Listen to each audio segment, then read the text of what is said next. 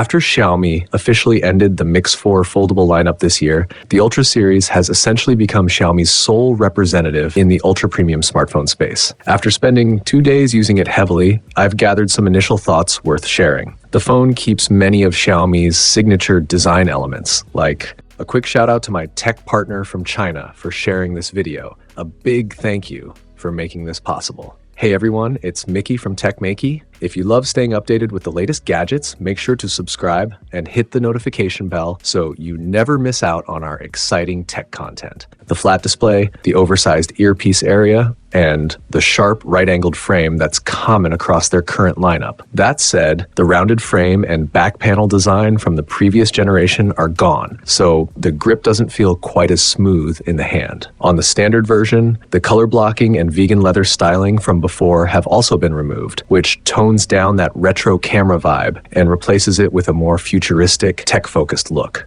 I went with the starry green color, which reminds me a bit of the parrot green finish on the earlier Suzy Ultra. The tiny star-like specks, officially described as mineral particles, add a nice visual touch and look pretty refined. Even though the new telephoto lens is much larger this year, the camera setup actually drops from 4 cameras to 3. Because of that, the overall camera bump and body thickness are reduced, making the phone feel less awkward to hold day to day. In fact, this might be the thinnest Xiaomi Ultra so far. So how does it perform when it comes to imaging? That really comes down to its core design philosophy. Instead of focusing on the long list of specs and features shown during the launch, what matters more is how those claims translate into real-world use. Xiaomi appears to be the first major mainstream brand to truly implement continuous optical zoom, thanks to this large HPE sensor. Between 75mm and 100mm, it delivers true optical zoom, behaving much like a traditional zoom lens without relying on digital cropping. On the 17 Ultra, this works as a motor-driven internal zoom system. In everyday shooting, the zoom transition feels almost unnoticeable, and autofocus is impressively quick.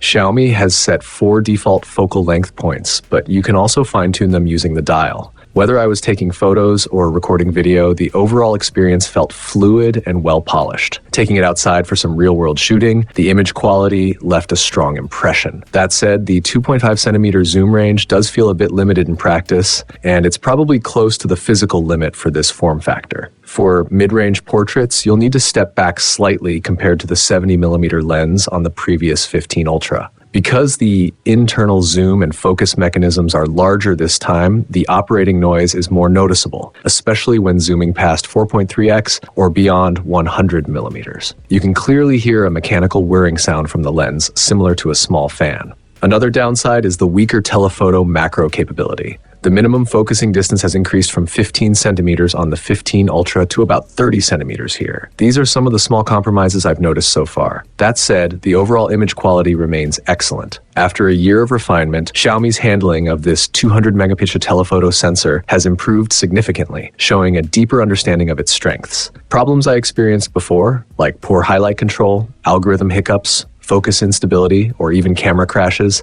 have been greatly reduced, and the system feels much more stable. Color performance has also taken a step forward. Xiaomi is now more conservative with vignetting, no longer pushing it too hard, and highlight suppression feels more balanced. For portrait photography, this camera still leans more toward a documentary or humanistic style. If you're aiming for soft, sweet-looking portraits, skin tone processing isn't quite as pleasing as it was on the 15 Ultra, and it still doesn't match what OV offers. Shifting to the main camera, Xiaomi continues to use a 1-inch sensor this year, upgrading from the 2-generation-old LYT900 to the imported 1050L sensor with Low-Fi-Seek support. On paper, the specs are outstanding, and the most noticeable improvement is the boost in dynamic range during video recording. This kind of hardware-level enhancement feels very different from purely algorithm-based HDR. You can clearly see the difference in sample shots. In challenging urban night scenes, shadow details are well preserved while highlights remain clean and controlled without obvious overexposure. Compared to standard main cameras that lack lo-fi technology, the improvement is obvious. Just keep in mind that for video, you need to manually enable Low-Fi mode to get this effect. Photo quality remains a strong point of the 1-inch sensor. High-end hardware still makes a real difference, and in some low-light situations, you can get great results without even switching to night mode. Performance in low light and backlit scenes is impressive, and the natural optical bokeh looks beautiful. However, just like the 15 Ultra, there's still no variable aperture this year. If you're shooting close-up text or small objects and want to avoid the shallow depth of field effect from the large aperture, it's better to zoom in and shoot at around 2x instead. Aside from that, using the camera for everyday scanning or recording moments feels solid and reliable. Stability has clearly improved, and I haven't run into odd issues like freezing, algorithm dropouts, or focus errors. If I had to point out one more drawback from my recent use, it would be the panoramic framing experience while shooting.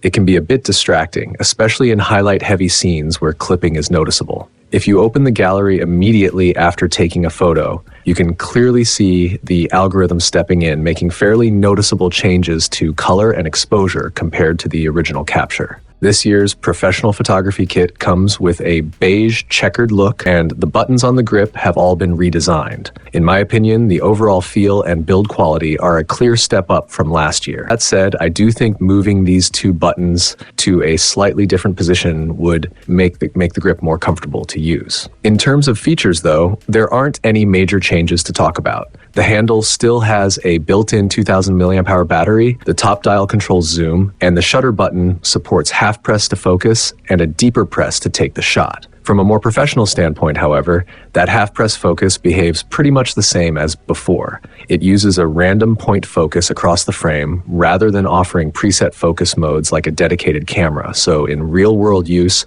you still end up tapping the screen quite often. Another thing that hasn't changed is the lack of a standard 1/4 inch screw mount on the handle. If you want to use a tripod, you'll still need an extra phone clamp. Because of this, I feel this so-called professional photography kit is more about creating a shooting ritual and adding emotional value rather than delivering truly pro-level functionality. Going back to the camera system itself, I'd say I'm roughly 80% satisfied with Xiaomi's performance this year, especially when it comes to the two most important lenses. While some features are still missing, the areas that matter most, stability, reliability, and image quality, have seen noticeable improvements. Even the tree zoom brings a bit of freshness to what has otherwise been a pretty boring market. That said, you might have noticed I haven't really talked about the ultra-wide angle lens yet. Officially, Xiaomi doesn't share much about its specs, but judging by the inherited GN5 sensor, it still lags behind the top solutions from brands like Vivo and Huawei. In good daylight, the ultra-wide can deliver acceptable results, but once you move into complex city night scenes, especially in very low light, the drop in resolution and image quality is obvious. When recording video, the brightness gap between the main camera and the ultra-wide lens is especially noticeable. Honestly, if someone told me those ultra-wide clips were shot on a budget phone, I wouldn't be surprised. So, if your main use case is shooting shop tours, shopping vlogs, or outdoor video content, I'd still recommend looking at the X200 Ultra or the latest Huawei Mate instead. Personally, I don't rely on the ultra-wide lens that much, but for a flagship device, the imaging system really should be more well-rounded. Putting the camera aside for a moment, let's talk about the overall daily experience as a smartphone. Performance on the Penpoke S3 feels similar to the 3 Xiaomi phones that have already been released. The wallpapers, interface, and animations are more polished and visually refined. In fact, this design style somehow feels more at home on a Redmi device than on a high-end flagship that costs several $100s more. I wouldn't call it a downgrade though. If you focus purely on the animation quality, it's definitely top tier. A lot of the small details have been carefully tuned, and the overall polish is on par with ColorOS 16, which is still my favorite this year. That said, in real-world use, you can still run into occasional stutters and dropped frames. There are brief hiccups when switching between apps, and I've also seen black or white loading screens pop up. During my 2 days with this early software version, I even experienced a few connection issues. Once, images in Weibo simply refused to load. Another time, while I was at a subway station, I re-downloaded a video app on this brand new phone, and the network speed dropped to just a few hundred kilobytes per second. It was painfully slow and left me waiting around much longer than expected. Hopefully, these issues get ironed out in future updates. The display here is the same one used on the Xiaomi 17 Pro Max, featuring that super pixel sliding screen. It still relies on an optimized pixel layout to minimize pixel loss, giving you a visual effect that's very close to a true 2K panel. Overall, I think the viewing experience is excellent. Common issues like screen tearing or green tint are very well controlled. The only thing I've noticed is that the automatic brightness adjustment can be a little too aggressive. Late at night, I sometimes have to manually dial it down because it gets brighter than I'd like. As for the haptic motor, Xiaomi continues to use the same Aero 809 motor found in the 17 Pro Max. Personally, I don't find the vibration strength particularly powerful. Compared to phones like the Find X8 Ultra that use larger motors, it does feel weaker. That said, the tuning is quite refined, and for everyday typing, it's more than good enough. When it comes to gaming though, the tactile feedback doesn't feel quite as immersive. Then again, if you're buying a flagship camera-focused phone like this, gaming probably isn't your top priority, although some people definitely will. Moving on to battery life and charging, I'll be honest, after a full day of use, the battery drain is a bit worrying. Even with a large 6800 mAh battery, under mixed usage with both 5G and Wi-Fi, the endurance you get is what you see here. I think there's still clear room for improvement. On the charging side, Xiaomi has stepped things up. You get 90 watts wired charging and 50 watts wireless charging, and it can even be fully charged wirelessly in future car setups, which is pretty impressive. Besides Xiaomi's own charging protocol, the wired charging also supports PPS. In my test using the original charger, the charging speed matched what's shown on screen. The external speaker performance has also seen a slight upgrade over the previous generation. From my listening experience, the bottom speaker delivers a bit more low-end presence. Now that we've covered the product itself, let's go back to the question we raised at the start of this video.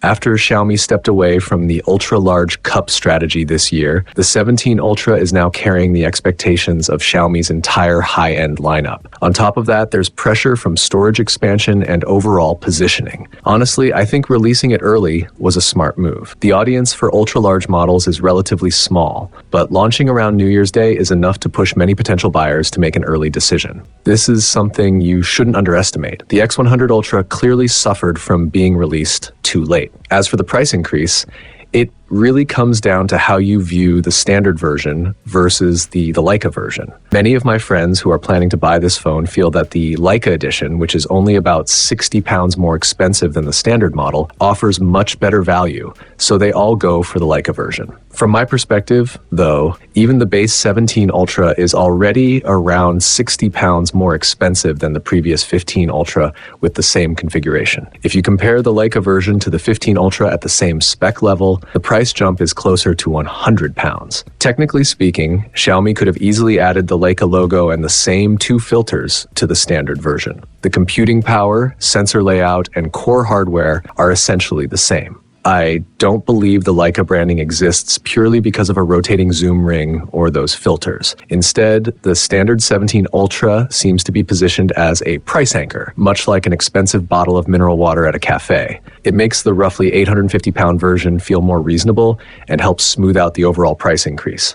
I have to admit, it's a very clever pricing strategy. That said, whether Xiaomi can truly sustain this price level for a traditional candy bar phone and avoid a price drop later on is still an open question. So I'm curious, what do you think? If Xiaomi wants to keep launching candy bar flagship phones priced above 850 pounds, is partnering with Leica the right move? Coming back to the phone itself, there's no doubt that this is the most powerful all-around phone Xiaomi has ever made. At least at this early stage, the Ultra delivers a fairly stable and polished experience.